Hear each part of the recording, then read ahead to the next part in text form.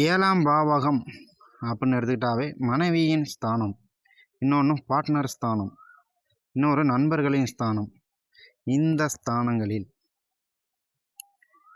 7ஆம் இடத்தில் சூரியன் இருக்கும்போது இவர்களுக்கு வரும் கலத்திரம் எப்படி இருக்கும் அப்படின்னு கேட்டிங்கன்னா, அதிகாரமிக்க கலத்திரமாக இருக்கும். தாமத திருமணம் இவர்களுக்கு நல்லபடியாக இருக்கும். ஏன்னா தாமத திருமணம் தான் பண்ணணும். பெரிய இடத்து சம்பந்தமாக இருக்கும்.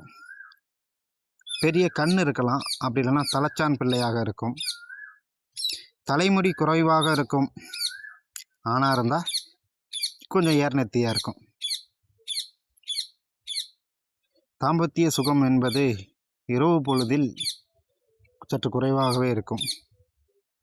இவர்களுக்கு கிழக்கு திசையிலிருந்து வரன் அமையும். இவங்க திருமணம் பண்ணிட்டாங்கன்னா புகழ் கட்டாயம் உண்டு. அதாவது 7 கட்டத்தில் சூரியன் இருக்கும்போது இவர்கள் கல்யாணம் பண்ண 7 ஆண்டுகள் கழித்து, இல்லை இந்த ஜாதகர் பிறந்த 7 ஆண்டு கழித்து குடும்பம் வளர்ச்சியை நோக்கி போயிடும். அதே போன்று 2வது குழந்தை பிறந்ததுக்கப்புறமும் வளர்ச்சி நல்லா இருக்கும். இவர்கள் கோயிலில் திருமணம் செய்தால் நன்று. கோயிலில் திருமணம் செஞ்சாங்கன்னா நல்லாயிருக்கும். இவங்க எப்போதுமே கொஞ்சம் டென்ஷனாகவே இருப்பாங்க.